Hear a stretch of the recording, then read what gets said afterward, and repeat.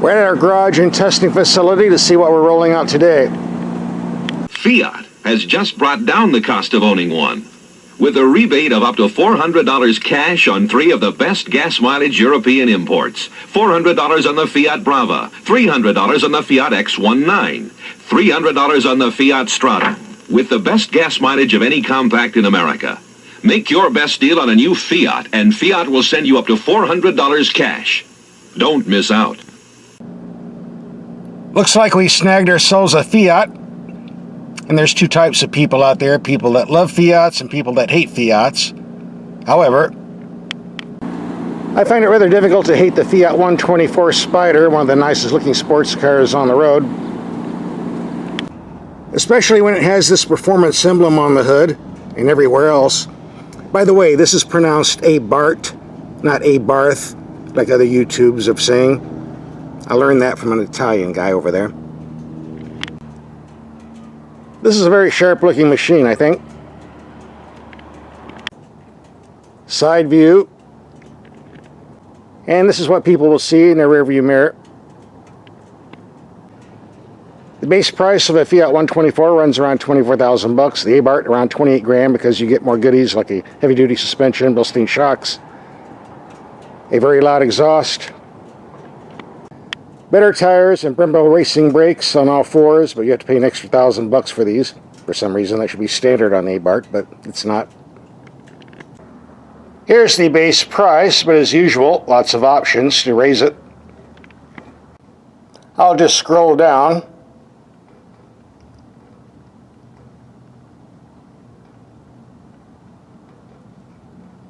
There you go. Wow.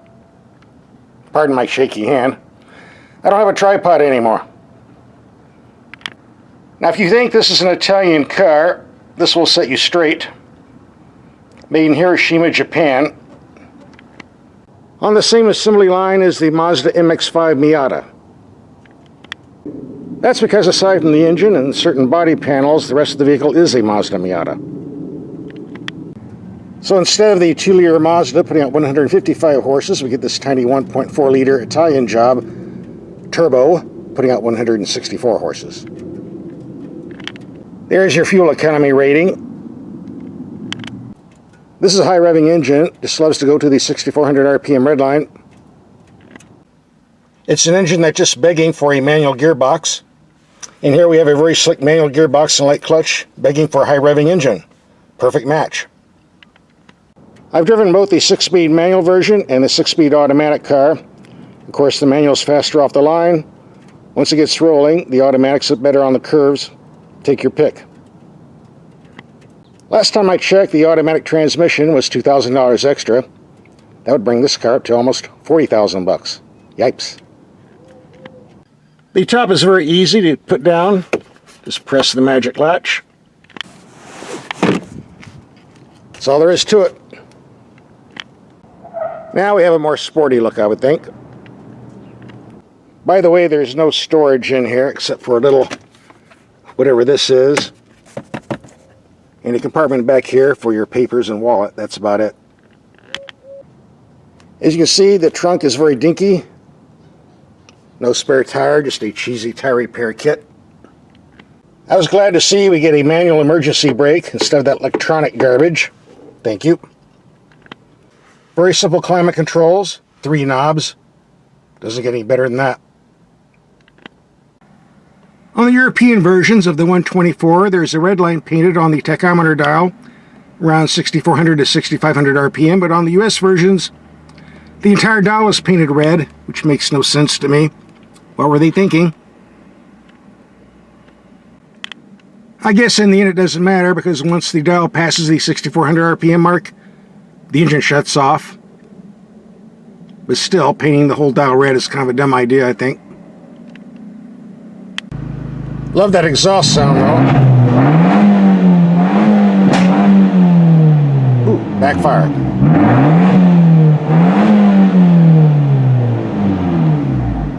They'll hear you coming.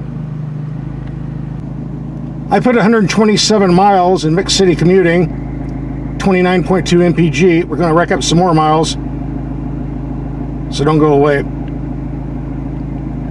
I'm told this power steering is electric, but it feels hydraulic. That's good. Good feedback. No complaints. The suspension gives great cornering ability, as we'll see on our turning circle.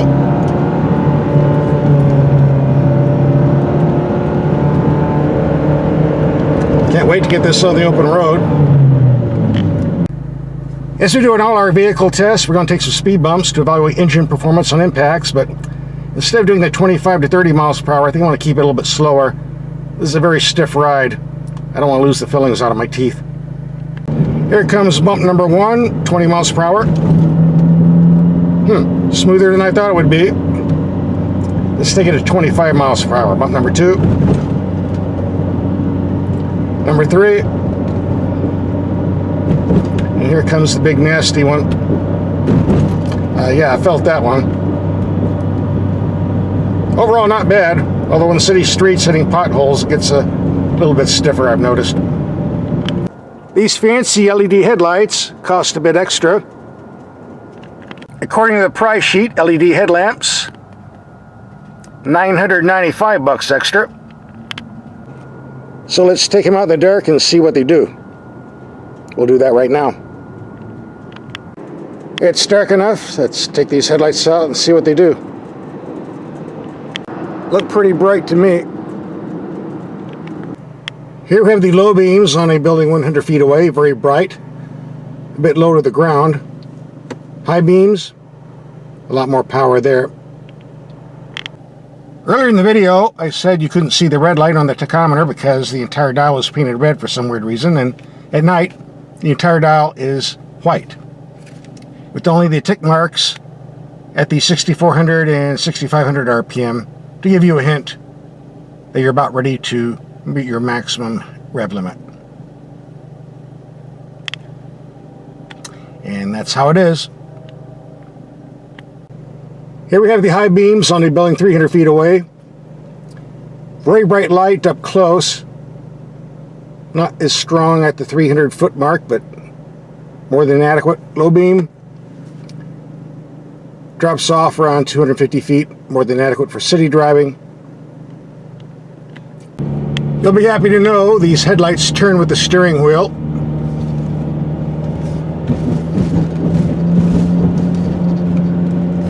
Comes in handy driving on tight mountain roads at night.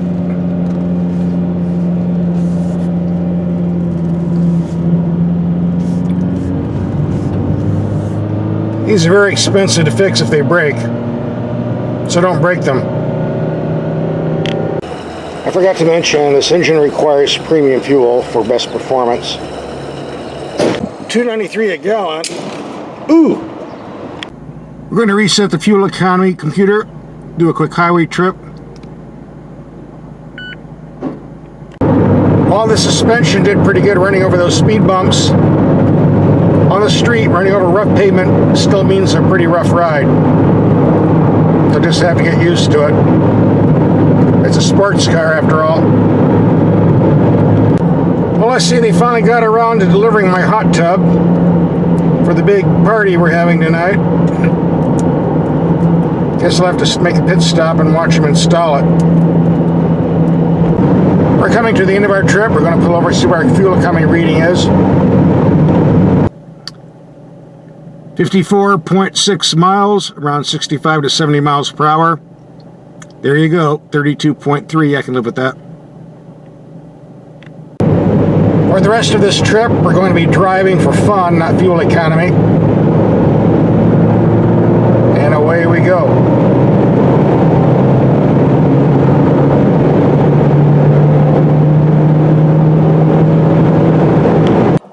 If you watch my videos, you know what's coming up next.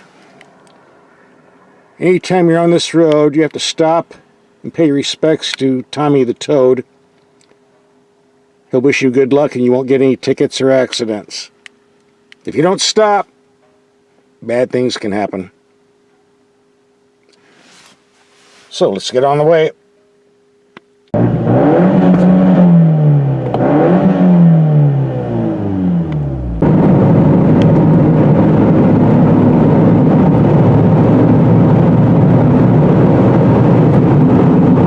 Speed stability is excellent, but the wind noise around this soft roof. Better bring your earplugs.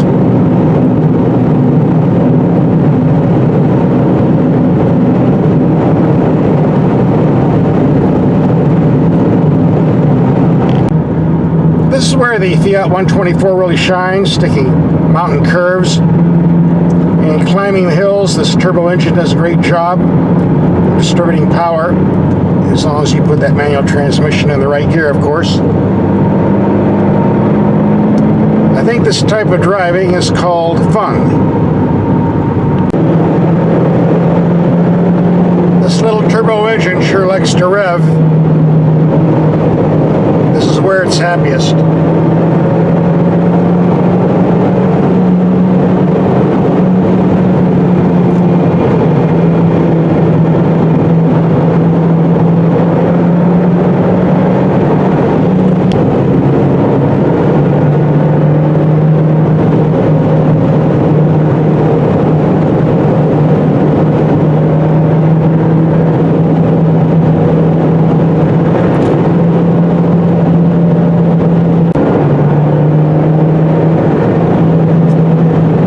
It's getting a little bouncy here.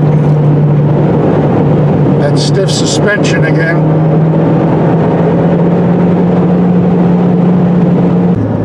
Yeah, just what we need. The cartel blocking the road at 30 miles per hour with their 15 tons of weed.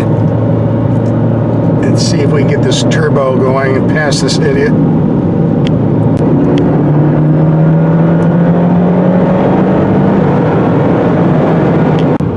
This is known as Dead Man's Road, the most dangerous driving in the state. Tight corners, no guardrails, deep canyons. You go off the road, they'll never find you. I don't think we're going to have a problem with this car, especially with me driving.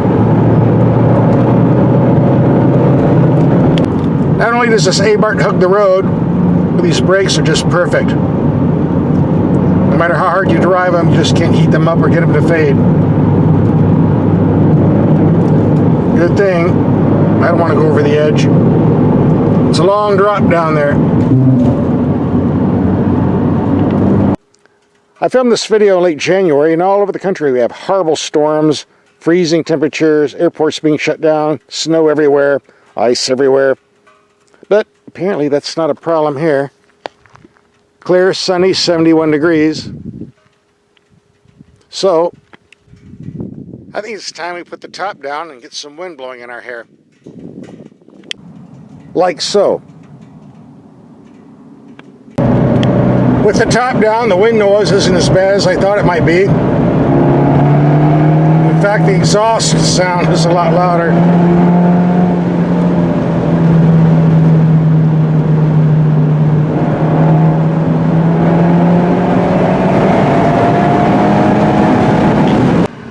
What's that I see there?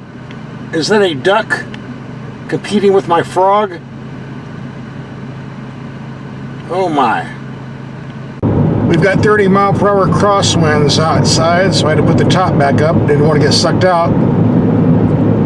Who wants to get sucked up and end up down there, right?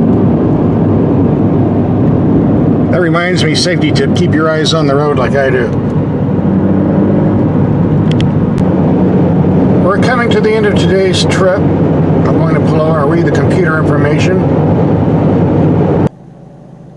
Okay, we were on the road for 6 hours today, racking up 284 miles. 30% of that's freeway driving, the rest high-speed mountain curve driving. 27.7 mpg. I'm satisfied. I'm also a bit worn out. Time to take a breather. We reached our goal of 500 miles. Time to wrap up this video.